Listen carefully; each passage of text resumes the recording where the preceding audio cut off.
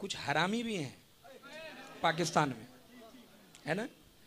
वो अब बोलूँगा पाकिस्तान में हरामी है ना। कौन है वो? एक मिर्ज़ा, कौन है मिर्ज़ा? इंजीनियर मिर्ज़ा, प्लम्बर है। और अपने ये जो है इसका मनहूस, इसको देखता हूँ तो मुझे दज्जाल की याद आती है। कौन? ये जमील, तारिक जमील, उसको जलील कहते हैं, है ना। उसको देखता हूँ तो मुझे बनमानुस याद आता है ना। उसकी आंखें देखी, वल्लाह बता रहा हूँ, उसका डर जाओगे आप।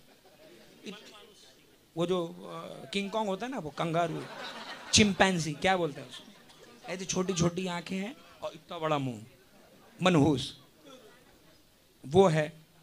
अच्छा, हमारे कुछ लोग सुनते हैं उसको, हमारे कुछ भाई लोग उसे फॉलो करते हैं। और आप लोगों को तो पता ही होगा कौन ऐसे ऐसे हैं। हाँ, कौवे वाला। ये सब मैं इसलिए कह रहा हूँ, देखिए कोई मज़ाहिया महफिल नहीं है, मैं इसलिए कह रहा हूँ कि आप जो है ना बचिए ऐसे लोगों से, हमारे उलमा को सुनिए, हमारे। हाँ, मत इस चक्करों में मत पड़िए, है ना। एक तो एक ऐसा मुअम्मा है उस पर, वो हराम खोर समझ ही में नहीं आता है कि वो है क्या है। मुअम्मा समझ में ही नहीं आ रहा है वो। हाँ, उसकी एक अपनी अलग दुकान चल रही है। हाँ, वो सब की तारीफ करता है, अशरफ अली की भी करेगा, आला हजरत की भी करेगा, फिर थोड़े दिन के बाद आला हजरत की बुराई कर देगा, अशरफ अली की भी बुराई कर देगा, फिर थोड़े दिन के बाद रशीद गंगोही की फजीलत बयान करेगा, फिर बाद में उसकी भी बुराई। कुछ समझ में नहीं आ रहा है। यानी वो पैदा हो के समझ नहीं पा रहा है कि मैं पैदा क्यों हुआ।